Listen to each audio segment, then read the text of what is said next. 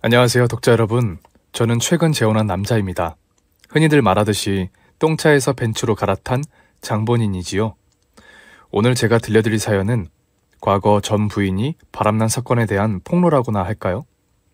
전 부인한테뿐만 아니라 시댁 식구들한테까지 찬밥 취급당하고 헤어졌었답니다. 이제 이야기를 시작해 볼게요. 저에 대해서 먼저 말씀드리자면 저는 매우 불우한 가정 환경에서 자랐습니다. 제 아버지라는 작자는 제가 어릴 때 제 어머니를 놔두고 다른 여자와 바람을 핀 후 집을 나가버렸어요. 저희 어머니는 남편에게 버려진 데다가 저희 남매를 홀로 키우느라 애를 먹었었죠. 저는 늘 어머니가 안쓰러웠어요. 그래서 저는 확고한 신념이 하나 생겼습니다. 바로 누군가와 사귀거나 결혼하게 되면 절대 바람을 피지 않고 오로지 그 사람만을 바라보기로요. 그래서 저는 연애를 할 때마다 언제나 상대방에게 최선을 다했답니다. 전 부인인 아내에게도 마찬가지였어요. 저와 저희 전 아내가 어떻게 만났냐면요. 저는 아내와 회사에서 만난 사이입니다. 아내를 처음 회사에서 본 그 순간 반했습니다. 일주일가량 아내 주변만 뱅뱅 맴돌다가 고백했고 성공했죠. 처음에는 비밀 연애였으나 직장 동료들에게 들킨 이후 저희 회사 공식 커플 1호가 되었습니다. 공식 커플이라고 할 수 있는 게 다른 동료들 중에서도 사내 연애를 한 사람이 몇몇 있었지만 저와 저의 아내처럼 결혼한 경우는 단 한 케이스도 없었어요. 성훈씨, 여진씨 어떤 점이 좋아서 사귀는 거야? 그냥 예쁘고 착하고 그렇잖아요, 우리 여진이가. 어머, 로맨틱하다. 여진씨 좋겠네. 원래 여자는 자기 좋아하는 남자 만나서 사랑받고 사는 게 제일 행복한 거야. 그렇게 3년 넘게 사귀던 저희는 결국에는 결혼까지 꼴이 나게 되었죠. 결혼한 이후로는 처음에는 잘 살았어요. 저희 부부를 보고 다들 인꼬 부부라고 하더라고요. 요즘은 서로 바람도 많이 피고 세컨드가 있다거나 혹은 몇 번씩 이혼을 하는 사람들도 있지만 다 남의 얘기라고 생각했죠. 저희 부부는 항상 잘 지냈거든요. 저희는 광고업계에서 일하고 있었는데 어렸을 때 아빠의 부재로 전혀 부유하게 살아본 적이 없는 저는 늘 돈 많이 버는 부자가 되는 게 꿈이었습니다. 저희가 다니던 회사는 작은 중소기업이었고 저는 저의 현재의 위치에 만족하지 못해서 좀 더 큰 기업에 좋은 자리가 났을 때 뽑혀서 이직을 결심했습니다. 다만 문제가 되는 건 아내는 회사를 계속 다녀야 하는 상황이라 부득이하게 주말 부부를 택해야 되는 상황이 왔죠. 저는 아내가 저와 결혼도 했으니 아이 낳고 살면서 일은 그만두는 게 어떻겠냐고 회유해 보았지만 아내는 비록 본인이 결혼은 했어도 자기 자신의 커리어는 지키고 싶다고 고집을 부려서 그냥 본인이 원하는 대로 하라고 했어요, 저도. 자기야, 정말로 이직할 거야? 그치. 아무래도 연봉이 훨씬 더 높으니까. 나에게 있어서는 좋은 기회고. 자기가 좀만 나를 이해해줬으면 좋겠어. 그때 제 아내는 많이 서운해했지만 저의 선택을 받아들이겠다고 했습니다. 대신 그래서 저와 아내는 저의 이직 전 매일매일을 뜨겁게 보냈답니다. 한 번 하면 4~5시간은 쉴 틈도 없이 서로 부둥켜 안고 난리를 쳤고 항상 다음날 아침이면 허리가 아파서 일하기가 힘들 정도였죠. 그렇게 뜨겁게 지냈지만 아내는 일을 오래 하고 싶다는 이유로 아이를 가지는 것을 피하고 싶어 했고 그래서 피임만은 철저히 했답니다.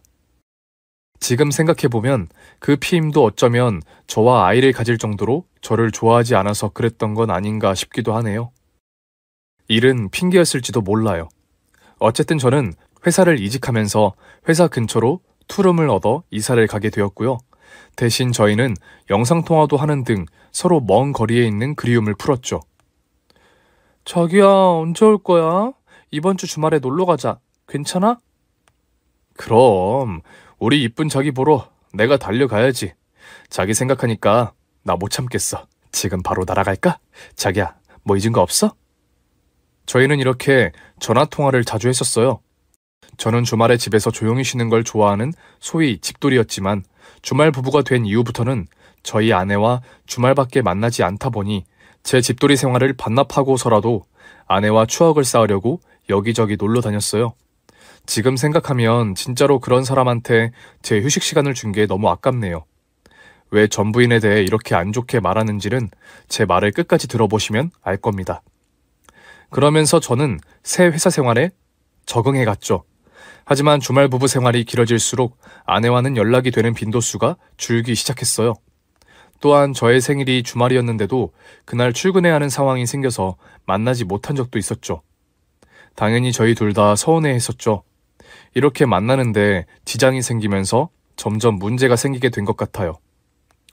어쩌다 연락을 해도 아내는 잘 지내고 있다는 말만 반복했고, 연락을 하지 않아도 저는 무소식이 희소식이라는 말 하나만 믿고 아내를 바보같이 기다리기만 했던 것 같아요. 딱히 연락을 재촉하지도 않았고요. 우리 자기는 나밖에 모르는 내 여자니까 라고 혼자서 바보 같은 생각을 하고 있었거든요. 그러나 변했다는 느낌을 아예 못 받은 건 아니었습니다. 징조가 있기는 있었어요. 주말마다 아내를 만나면 저는 흥분해서 막 불끈불끈 하는데 아내는 그저 귀찮다, 힘들다는 말만 반복했거든요. 그럴 때마다 저는 속으로 그냥 그럴 수도 있지 하고 넘어갔었답니다. 자기야, 우리 오랜만인데 자기는 나 싫어? 응? 좀 저리 좀 가. 귀찮아 죽겠네. 나도 좀 쉬자, 응? 피곤해. 나 먼저 잘게. 또 다른 징조로는 장인 장모께서 원래는 가면 매우 반겨주었는데 어느 순간부터 자꾸 핀잔만 주더라고요. 자네, 남자가 돼가지고 술도 왜 이렇게 못 먹나? 내 친구 사위는 내 친구랑 낚시도 가고 여행도 가고 하는데, 응? 자네는 너무 재미가 없어. 죄송합니다, 장인어른. 제가 더 노력하겠습니다. 자네는 밥을 왜 이렇게 많이 먹어? 내가 사람 밥을 먹이는 건지 돼지 밥을 먹이는 건지. 제가 그런가요? 그러나 원래 저희 장인 장모께서는 정말로 너무나도 저에게 잘해주시던 소위 천사 같은 분이셨습니다.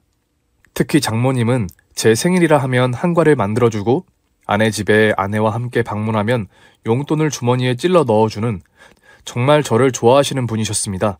저 역시 장모님을 믿고 따랐고 장모님께 잘해드리려 많이 노력했었습니다. 장모님 생신 때에는 서울에 있는 5성급 호텔에서 호캉스도 시켜드렸었죠. 장모님, 생일 축하드립니다. 이번 생신 준비는 작년보다 일부러 더 크게 준비해봤습니다. 아이고, 우리 사위 고마워. 이런 것도 다 해주고. 내가 친구들한테 우리 사위 얘기할 때마다 기가 팍 산다니까. 이렇게 좋은 사이였다 보니 나중에 관계가 틀어지니까 더욱더 장모님의 변한 행동들이 너무나 매몰차게 느껴졌던 거죠. 처음에는 저는 제가 느끼는 찬밥 취급이 제 기분 탓일 거라 생각했지만 이러한 상황이 5개월씩이나 이어지니 저는 미칠 지경이었습니다. 제가 뭘 잘못했는지도 모르겠고 어떻게 행동해야 될지도 몰라서 쩔쩔매기만 했죠. 그래서 오랜 고민 끝에 저는 아내가 있는 집에 몰래 서프라이즈를 해주러 가기로 결정했습니다. 그만큼 관계 개선이 절실했었거든요. 서프라이즈인 만큼 아내가 갖고 싶어 했던 스타벅스 신년 다이어리, 그리고 아내가 또 좋아하는 생크림 케이크와 초를 사서 가져가기로 했습니다. 2주 만에 찾아온 집은 정말 돼지우리가 따로 없었습니다. 냉장고에서 썩은 배달 음식들, 휴지 플라스틱 쓰레기들이 바닥에 나뒹굴고 있었습니다. 저는 우렁각시 마냥 방 안의 쓰레기들을 전부 정리하기 시작했습니다. 주섬주섬 쓰레기 정리하고 설거지 및 음식물 쓰레기도 다 정리해서 치우는 등. 네, 정말 호구 같았죠. 지금 생각해보면 그렇게 정신없이 방을 치우던 도중 문 밖에서 삑삑거리는 소리가 들렸고 당황한 저는 제 신발을 들고 급히 옷장 안으로 숨었습니다. 왔구나. 나 보면 좋아하겠지? 그런데 제 귀에 들린 건 낯선 남자의 목소리였습니다. 뭐야, 손님이 왔나? 올 사람이 없을 텐데. 이상하다는 생각이 든 순간 저는 처음 본 남자와 제 아내가 다정하게 손잡고 들어오는 모습을 봤습니다. 곧이어 제 눈앞에 펼쳐진 광경은 낯선 남자와 상스러운 짓을 하는 아내의 모습이었습니다. 심지어 둘의 대화는 충격적이었습니다. 자기야, 걔 오늘은 안 오는 거 확실해? 응? 맞아. 확실히 안 와. 걱정 마, 자기야. 이혼 빨리 해. 걔 능력 좀 되잖아. 빼먹을 수 있는 건 다 빼먹고 이혼해야 돼. 알았지? 그럼. 그러고 나서 둘은 정사를 시작했습니다. 그들의 차가운, 저를 비웃는 대화에 저는 아연실색했고 이어지는 정사 장면에 입을 다물 수가 없었습니다. 아내는 저랑 할 때는 내지도 않던 신음을 마구 질러가면서 낯선 남자를 부둥켜 안고 좋아했고 낯선 남자는 라스베가스 찍고 우주로 가자는 둥 난리를 치는 장면을 보고 있자니 피가 거꾸로 솟는 느낌이었습니다. 좋아 자기야, 더 세게 해줄래? 그래, 더 해줄게. 더 소리 질러봐. 오빠라고 불러봐. 결국 저는 참지 못하고 옷장 문을 뚫고 뛰쳐나가 난리를 쳤습니다. 야, 이 자식아! 뭐야, 집에 있었어? 당신 남편? 그 낯선 남자가 저를 쳐다볼 때 저는 엄청난 수치심을 느꼈고 결국 폭발해버렸습니다. 그래, 내가 저 여자 남편이다. 남의 여자 끌어안고 그 짓거리 하니까 좋냐? 너 어떻게 나한테 이럴 수가 있냐? 나 도저히 믿을 수가 없어. 어떻게 네가 나한테 이래? 그러나 아내의 대답은 너무 충격적이었습니다. 여보, 일단 미안해. 내가 잘못한 건 맞아. 그치만 당신이 회사를 옮기면서 나는 너무 외로웠어. 그런데 낯선 남자가 아내의 말을 가로막고 얘기하더랍니다. 야, 네가 빌 필요 없어. 야, 너 남편이랍시고 아내 냅두고 너야말로 바람피고 다녔던 거 아니야? 우리 여진이가 너 싫대 이제. 너 같은 거 보기도 싫다 그랬어. 여진아 아니야? 야, 너 잘 만났다. 너 뭐 능력 좀 있는 거 빼고는 키도 뭐 별로 안 크고 외모도 별로. 내가 너보다 더 나아 이 자식아. 좋은 말로 할 때 여진이한테서 꺼져. 막무가내로 꺼져라고 꽥꽥대는 아나무인인 그놈을 보고 저는 황당했습니다. 바람을 펴놓고 어떻게 그렇게 당당하게 상대방 보고 꺼지라고 하는지 정말로 배운 것 하나 없는 상식 없는 놈이라는 게 딱 느껴지는 순간이었습니다. 그때 제 아내가 입을 열었습니다. 우리 이제 여기서 인연 끝내자. 사실 나 더 이상 너 안 좋아해. 그래 맞아, 꺼져 그냥. 저는 그때 정신이 혼미해졌습니다. 일단 어떻게 아내가 이렇게 말할 수가 있는지, 우리의 추억들은 다 버린 건지, 어떻게 나를 놔두고 바람을 필 수가 있는지. 저는 그 자리에서 더 이상 참지 못하고 뛰쳐나가버렸습니다. 아내가 뒤에서 불렀으나 못 들은 척 빠르게 뛰어나갔어요. 한참을 그렇게 달렸습니다. 처절하게 울면서요. 어떻게 이런 일이 일어났는지, 왜 하필 나인지, 왜 이런 상황이 나에게 온 건지, 드라마에서나 보던 장면이 제 인생의 장면이 돼버린 현실 속에 저는 아무 말도 할 수가 없었습니다. 다음날 저는 아내와 결국 카페에서 그 남자까지 셋이 만났고, 아내는 제 얼굴을 보자마자 이혼 서류를 집어 던지듯이 주었고, 옆에 그 남자는 저를 회유하는 말투를 쓰면서 살살 협박했습니다. 빨리 이혼 서류에 도장 찍으라고요. 저는 아무것도 할 수 없었습니다. 입술에 피가 날 때까지 꽉 깨문 채로 한참을 있다가 준비해온 도장을 찍어주었습니다. 그리고 그 자리를 나와버렸어요. 그렇게 결국 저는 아내와 이혼했습니다. 심지어 이혼 과정조차 충격적인 사건들만 계속 일어났습니다. 아내가 저와 이혼을 요구하면서 쌍방과실이라고 주장해서 저는 할 말을 잃었습니다. 이건 쌍방과실이에요. 저 사람이 먼저 저를 소홀히 대하고 방치했어요. 맞아. 애초에 바람을 피게 된 계기도 저 남자 때문이라고요. 다 저 사람 탓이에요. 그나마 저에게 유리하게 돌아가서 돈을 주지는 않았고 상간남에게도 위자료도 두둑히 받을 수 있었습니다. 하지만 지금 생각해도 아내의 그 짓거리를 한 걸 생각하면 치가 떨리네요. 그놈과 제 전 아내는 마치 흡혈귀 같았습니다. 저는 제가 전생에 무슨 잘못이라도 한 건 아닐까 한참 생각해봤습니다. 아무리 생각해도 왜 제가 이런 일을 억울하게 당하기만 해야 하는지 이해할 수가 없었습니다. 돈을 빼먹으려고 안다라는 게 눈에 너무 보여서 저는 전 아내에게 너무나도 크게 실망했고 제 사랑도 거기서 끝나버렸습니다. 내가 무슨 잘못을 한 걸까? 내가 전생에 큰 죄를 지었나 봐. 나라라도 팔아먹었나? 야, 바보야. 그거 너 잘못 아니야. 여진 그년 잘못이지. 너는 아무 잘못도 없어. 스스로를 자책하지 마. 야, 솔직히 미친 거 아니야? 걔네 둘 다 어떻게 바람을 펴놓고 그렇게 뻔뻔할 수가 있냐? 게다가 상훈이가 얼마나 여진이 그년한테 잘해줬는데. 와, 진짜 상훈아. 걔네는 분명히 너한테 이런 상처 준 거에 대해서 벌을 받을 거야. 인과응보라고. 원래 다 그렇게 되어 있어. 게다가 그렇게 바람 펴서 사랑한 것부터가 정상이 아닌데 저 관계가 오래 갈 리도 없어. 크게 신경 쓰지 말고 앞으로 너 인생에 대해서만 생각하는 건 어때? 이렇게 친구들이 저를 많이 위로해 주었지만 제 마음은 정말로 나아지지 않았어요. 또한 저는 매우 날카로운 성격으로 바뀌어 버렸고 사람을 믿지 않게 되었어요. 저 혼자 마음의 벽을 쳐놓고 아무도 들어오지 못하게 막았던 거죠. 이혼한 후 저는 정말이지 폐인이 돼버렸습니다. 집에 가끔 친한 친구들이 찾아와서 제가 어질러 놓은 것들을 치워주고 가면서 욕 한 번 안 하고 괜찮냐고 물어보더라고요. 그 정도로 제가 폐인처럼 보였나 봐요. 술 없이는 맨정신으로 있는 게 힘들 지경이었어요. 그 와중에 아내는 그 남자와 혼인식을 올렸다는 소문을 들었습니다. 죽고 싶어. 난 아직도 널 좋아하는데 너는 결국 그 남자와 결혼을 했구나. 정말 살기가 너무 싫어. 처음에는 너무 슬프고 전 아내가 보고 싶었으나 날이 갈수록 화가 났습니다. 또 이를 갈았습니다. 저는 복수하고 싶다는 마음만이 강렬해졌습니다.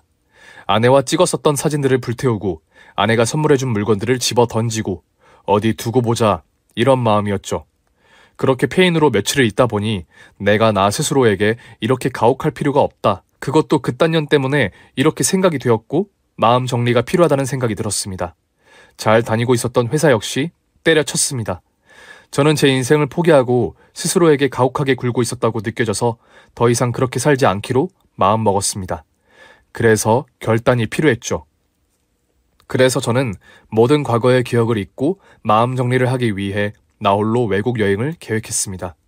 관광 코스 및 대중교통 이용법, 간단한 회화 준비 등을 하고 가게 되었죠. 목적지는 베트남으로 정했습니다. 굳이 베트남으로 장소를 정한 이유는 제가 쌀국수를 엄청 좋아하는데 현지에서 먹어보는 것은 어떨까 딱 이유 하나였어요. 그게 끝이었습니다. 아무튼 이런저런 준비들을 다 하고 인천공항에 도착했습니다. 비행기 탑승 시간을 기다리면서 의자에 앉아 막 음악을 들으려고 하는데 갑자기 어디에선가 세련된 차림의 여자가 등장하더라고요. 어머, 그쪽도 베트남 가시나 봐요. 어떤 처음 보는 여자가 저에게 친절하게 말을 붙였습니다. 그러나 저는 매몰차게 그녀를 대했죠. 무슨 상관이세요? 어머, 제가 관심이 있어서 그래요. 실례지만 나이가 어떻게 되세요? 성함은? 저는 처음에 그 여자를 마주쳤을 때 까만 코트에 까만 선글라스, 새빨간 립스틱을 바르고 있던 그녀의 모습이 아직도 잊혀지지 않습니다. 그 순간은 저의 운명이 바뀌는 순간이어서 그런 건지도 몰라요. 저는 처음에는 그 여자를 쌀쌀맞게 대했지만 그 태도에도 아랑곳하지 않고 저에게 부침성 좋게 말을 걸며 친근한 척하는 그 여자가 싫지만은 않았습니다. 우연히 마주친, 게다가 비행기 바로 옆자리였던 운명적인 우리의 만남은 계속되었어요. 쌀국수를 둘 다 좋아했고 현지에서 같이 쌀국수를 먹으면서 우리는 공통점이 많다는 것을 알았어요. 둘 다 멋생 멋사에 맛생 맛사여서 같이 카페에서 대화를 주고받다 할 말이 없으면 슬며시 유튜브를 켜서 패션 하울을 보면서 영상 속 옷들에 대한 얘기를 계속했죠. 오, 영어 써있는 바지 괜찮다. 그래? 그거 말고도 이번 땡땡 브랜드 신상 중에 난 이게 맘에 들더라.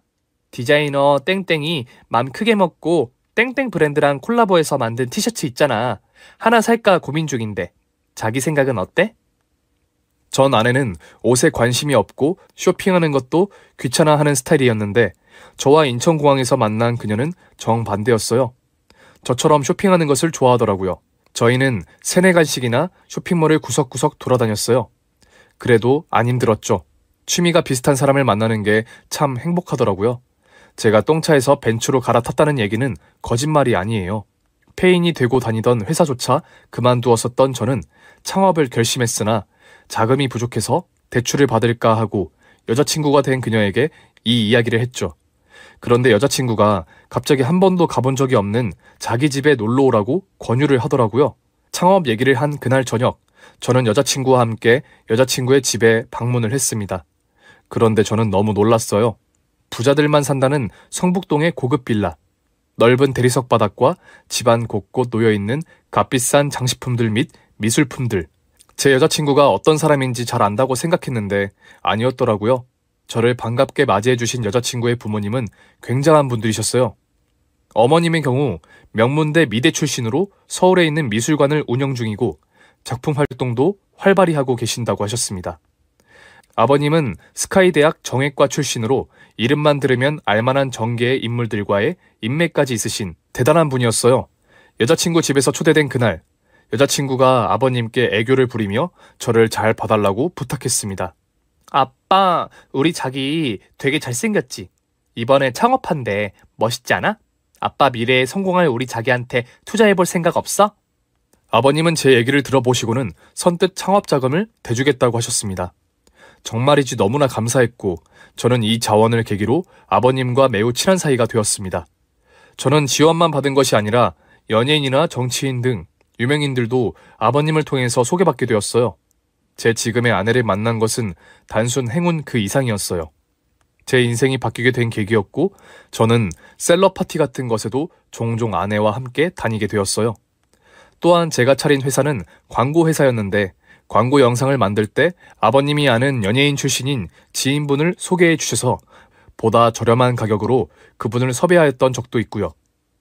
저희 회사는 특히 공공기관을 타깃으로 한 광고 회사여서 정부 부처, 예를 들어 농림축산식품부나 행정안전부 등 중앙행정기관에 광고 제안을 많이 하고 있었는데 이건 역시 아버님이 도와주셔서 수많은 주문관들과 소개받고 그들이 요구하는 광고물을 만들어주곤 했어요. 자네, 소개해줄게. 여기는 나랑 꾸준히 인연이 있었던 한 과장, 또 여기는 내 친구 강 주문관. 안녕하세요. 저는 이상훈이라고 합니다. 이야기 듣고 왔어요. 회사 소개랑 포트폴리오 인상적이던데요. 게다가 듣던 대로 미남이시네. 앞으로 친하게 지내요. 저희 부서의 경우 매년 꾸준히 홍보 사업을 추진하고 있어서 그쪽 회사랑 수의 계약으로 진행하고 싶은 광고 과업이 있어요. 한번 이야기해볼까요, 어디? 아버님뿐만 아니라 어머님도 제 사업을 도와주셨는데 미대 출신이신 만큼 명문대 미대를 나올 믿을만한 디자이너들을 많이 소개시켜주시고 저희 회사에 입사하도록 도와주셨어요. 또한 제가 다녔던 회사에서 저는 과거에 카카오톡 비즈보드, 유튜브, 트루뷰 인스트림 광고 같은 온라인 광고 쪽에서만 일해봐서 종합 광고 회사를 설립할 만큼 리플렛 같은 디자인 홍보물에 대해서도 잘 알아야 했는데 저는 그 기초 지식이 부족했어요. 그래서 여자친구의 어머님께서 저에게 미술 쪽에 관해서 많은 조언을 해주셨고 또 가르쳐 주셨죠. 지금도 생각하면 너무 감사하네요. 리플렛은 4단 대문 접지, 병풍 접지, 3단 6면 등의 종류가 있어. 제작 기간은 디자인만 하는 경우 4에서 7일이 걸리고 마크업의 경우 지금 내가 준 디자인 단가표에 50% 정도 또는 그 이상 붙여야 이윤이 남을 거야. 여기 리플렛의 경우 이 광고주가 4단 대문 접지를 요구하는구나. 그러면 견적서에는 8페이지라고 명시해 놓아야지. 건이나 식이 아니라. 이렇게 저에게 디자인 홍보물에 대한 많은 기초 상식을 알려주셨답니다. 디자인물뿐만 아니라 영상물에 대해서도 도움을 많이 얻었습니다. 영상은 모션의 경우 2분짜리가 한 달이 걸리는 경우도 있어. 모션 광고건이 들어왔을 때는 자네는 잘 생각해서 행동해야 돼. 과연 이 과업을 회사가 맡을 수 있는지, 그리고 현재 회사에는 영상을 만들 인력이 부족하니까 외주를 써야겠지? 내가 잘 아는 영상 전문가 친구 소개시켜줄게. 그쪽에서 외주 돌리면 될 거야 아마도. 그래도 앞으로를 위해서 영상 제작자들은 몇 명 데리고 와. 자네 회사에. 이런 식으로 저에게 많은 지식을 주셨고 저는 정말로 열심히 배우려고 노력했습니다. 워낙에 미술 쪽하고는 거리가 먼 저여서 처음에 이해가 어려운 부분이 있었지만 노력하니 점점 아는 것도 많아지고 저에게 들어오는 디자인 또는 영상물 광고건도 늘어나더라고요. 저는 제가 인복이 많은 사람이라고 생각하지는 않았었는데 제 현재 아내를 만난 이후로는 정말로 제가 인복도 많고 정말 복이 터진 사람이다 하는 생각을 하게 되었어요. 어떻게 보면 제 현재 부인은 그녀의 가족들까지 포함해서 다 저의 인생에 항상 지금까지 도움만 주신 사람들이네요. 저는 그들의 도움에 보답하기 위해 코피 터질 때까지 저의 노력을 100%도 아닌 120%로 또는 그 이상을 끌어올리기 위해 매우 노력했답니다. 초반 1년은 힘들었지만 노력한 만큼 보답이 있더라고요. 약 1년 뒤 저희 회사는 놀라울 만큼 매출 흑자를 찍었어요. 또한 제 인맥은 점점 늘어났고요. 광고 제안의 경우 한번 과업 의뢰를 했던 주문관분이 다시 다음 해에 예산이 있거나 하면 또 저희 회사에 광고를 맡기기도 해서 광고건은 끊길 걱정 없이 꾸준하게 들어왔고요. 저희에게 1억이 넘는 계약건을 의뢰하는 광고주들도 많이 들어왔어요. 서현씨, 이번 달 매출이 저번 달 매출보다 더 많은데 축하해. 월급 올려줄게. 감사합니다, 사장님. 이번에 행안부 쪽에서 저희와 5억짜리 계약을 하고 싶다고 하시네요. 연간 용역을 썼었는데 저희 회사 납품 물품을 보고 반해서 바로 제안이 들어왔어요. 대박이죠? 저희 다 돈방석 앉게 생겼다니까요. 보건복지부 땡땡과에서는 아예 광고를 저희한테 맡길 거래요. 연간 계약 맺기로 했습니다. 그 주문관 착하시기도 하고 관리 전화 잘 해놓으니까 이런 일이 생기네요. 우리 회사 이번 계약건도 큰 거 들어오고 막 그랬는데 회식 한번 할까요? 사장님은 어떠세요? 오랜만에 저희끼리 뭉쳐봐요 한번. 저희 회사의 인지도가 어느 정도냐면 정부 부처 쪽에서 저희 회사 이름만 대면 모르는 주문관 및 담당자들이 없을 정도였죠. 저희 회사가 잘 나가면서 해야 하는 과업이 많아져서 디자이너들이 야근을 하는 경우도 꽤나 많았어요. 납품 기한이 빠듯해서 디자이너들이 새벽 3시까지 새는 경우도 있었죠. 그런데도 다들 열정이 넘쳐서 다음 날에는 정시에 출근해 주시더라고요. 다들 사장님 기대에 부응하겠다면서. 이번에 성동구청 음식물 폐기 감량 홍보 영상하고 포스터 어떻게 됐어? 아, 그리고 포스터의 경우 사이즈 베리에이션 추가 요청이 있던데 그건 제대로 되고 있어? 네, 사장님. 오늘 안으로 납품 예정입니다. 수고했어요. 오늘은 칼퇴하고 내일 완료 사업 계획서만 써요. 저는 일도 열심히 하면서 제 여자친구에게도 최선을 다하려 노력했어요. 저에겐 한 가지 소원이자 꿈이 있었어요. 제 여자친구에 대한 꿈이었는데 저는 제가 성공할 때까지 기다렸어요. 왜냐하면 멋지게 되어서 제 여자친구에게 멋지게 고백하고 싶었거든요. 약 2년 뒤, 저는 여자친구에게 정말 제가 계획했던 것처럼 멋지게 고백했고 저희 둘은 결혼에 골인 성공했답니다. 그렇게 저는 너무나도 행복하게 살게 되었어요. 제가 창업에 성공하고 지금 아내와 결혼한 후부터는 모든 게 다 잘 풀렸고 저는 행복한 나날들을 보냈습니다. 그러나 이게 제 이야기의 끝이 아닙니다. 전 아내에 대해서 할 이야기가 아직 남아있답니다. 이게 아마 제 오늘 이야기의 하이라이트 부분일 거예요. 전 아내의 연락이 드디어 왔습니다. 잘 지내라는 물음과 함께 한 번만 만나달라는 요청을 하더라고요. 여보, 오랜만이야. 그동안 잘 지냈어? 우리 언제 한번 볼래? 창업 성공했다며 우연히 들었어. 축하해. 저는 그 여자의 목소리를 듣는 순간 화가 나서 폭발해버렸습니다. 이 씨발, 너 사람 갖고 노냐? 왜 내가 성공하니까 뭐라도 빼먹으려고 그러는 거 다 알거든? 두 번은 안 당해. 너랑 만나느니 평생 혼자 살지. 다시 연락하면 경찰에 신고해버린다. 그러니까 연락하지 마. 잠깐만 여보. 잠깐만 끊지 마봐. 뚝. 저는 매몰차게 전화를 끊었습니다. 그러나 전 아내는 지지 않는 태양이었습니다. 매일 하루에 5번 이상씩 저에게 전화를 걸었고 제가 발신자 차단을 하자 다른 번호로 전화를 걸어서 저를 정신적으로 괴롭히기 시작했습니다. 그게 다가 아니었습니다. 저의 회사 건물 앞으로 손수 만든 도시락을 가져왔더라고요. 자기야, 오늘 자기 생각해서 내가 도시락 싸왔어. 당신 내가 만든 도시락 좋아했잖아. 저는 그 여자의 얼굴을 본 순간 또다시 빡쳐서 도시락을 받아서 바닥에 집어 던졌습니다. 다시는 보지 말라고 했잖아. 너 대체 몇 번째야? 왜 네 남편이 잘 못해주니? 이제 와서 나를 찾는 이유가 뭔데? 솔직히 말해봐. 돈이지? 아님 뭐야? 나는 네가 이혼할 때 네가 쌍방과실로 하자는 거 아직도 기억나는데? 이래놓고 이제 와서? 너 뭐하는 년이냐? 내가 잘못했어. 한 번만 용서해줘. 그리고 네 지금 아내 완전 성게 아니야? 새빨간 립스틱 바르고 다니는 것도 웃겨 죽겠어. 지가 무슨 연예인인 줄 아는 거 아니야? 걔 어디 고쳤대? 야, 너 미쳤냐?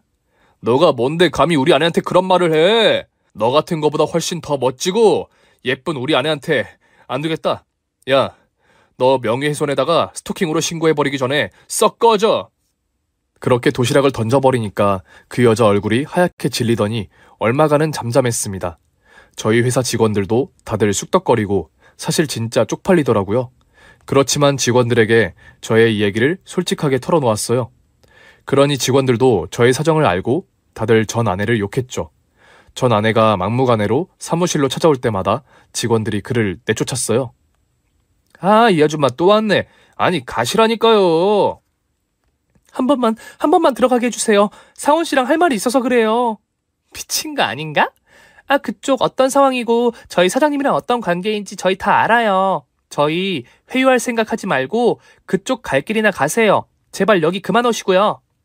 사실 알아보니 전 아내는 그 남자와 결혼한 이후 그 남자가 과거에 자기처럼 바람을 펴서 저처럼 폐인이 된 상태였던 겁니다. 의지할 데가 없고 제가 만만하니 저를 찾은 것이었죠. 그 남자 좀 이상하긴 했었는데 알고 보니 좀 잘생긴 얼굴을 이용해서 여자를 필요할 때만 써먹고 필요 없어지면 버리는 쓰레기였던 겁니다. 소위 말하는 플레이보이였던 거죠. 그걸 알고 아내와 저는 낄낄대고 비웃었습니다. 자기야, 그거 알아? 그 여진이 그애 바람 맞았다 그러더라? 어머, 정말? 인과응보네. 본인이 그렇게 남한테 피해를 주니까 결국 본인이 그걸 다 돌려받은 거네. 자기야, 그런 이상한 여자 신경 쓰지 마. 솔직히 자기가 어디가 어때서 그 여자가 자기를 찬 건지 난 도무지 이해를 못하겠더라. 그런데 어쩌다 보니 대놓고 그 전 아내 앞에서 비웃게 된 일이 생겼습니다. 정확히 아내의 생일이었던 12월 1일이었죠. 아내와 함께 강남의 백화점을 방문했습니다. 샤넬백 신상 한정판을 갖고 싶다는 아내를 위해 한정판이 백화점에 입고되는 날에 맞춰서 예약까지 미리 하고 갔죠. 워낙에 쇼핑을 좋아하던 아내는 신나서 아이처럼 저와 백화점을 구경하고 있었습니다. 어머, 반클리프 땡땡땡 이번에 새로운 컬러로 나왔네. 이건 내 거야. 내 거라는 삘이 온다구.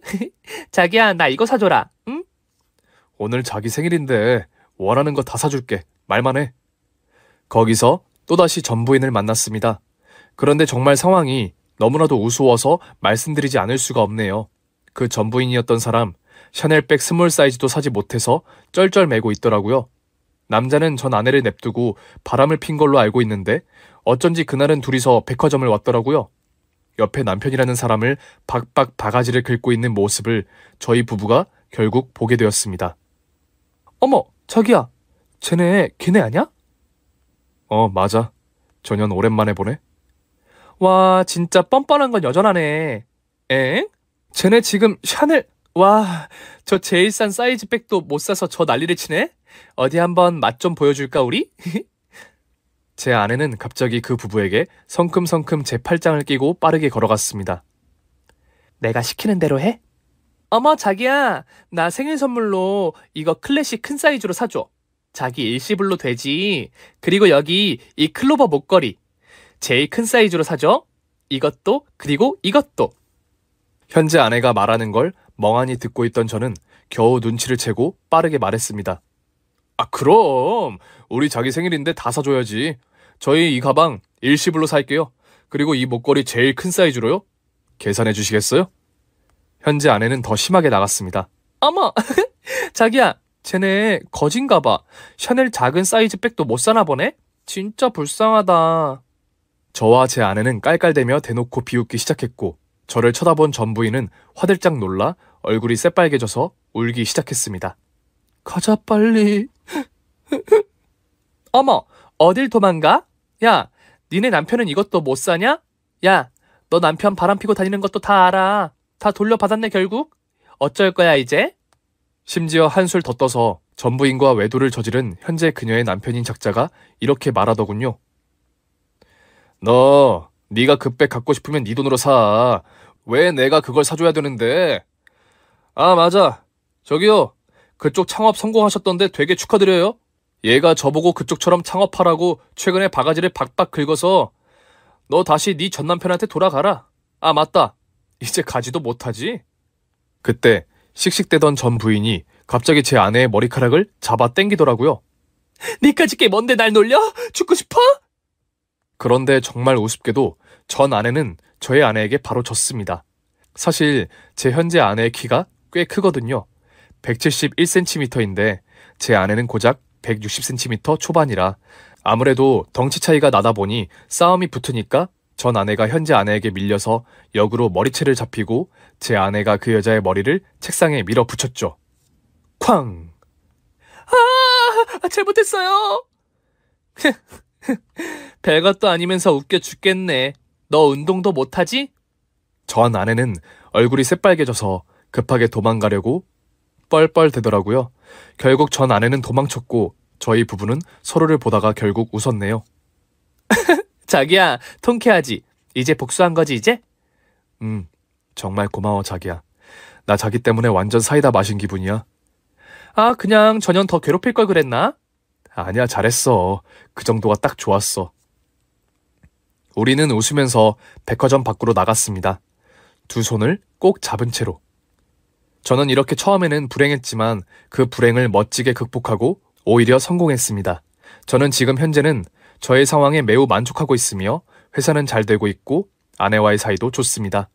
저희 부부는 현재 2명의 예쁜 아이들을 키우는 중이고요. 한 명은 저희가 낳은 자식이고 다른 한 명은 입양한 자식이랍니다. 아내가 이전부터 고아에 관심이 많아서 자기는 결혼하면 꼭 자기 배로 낳은 자식 외에 입양을 할 거라고 노래를 불렀거든요.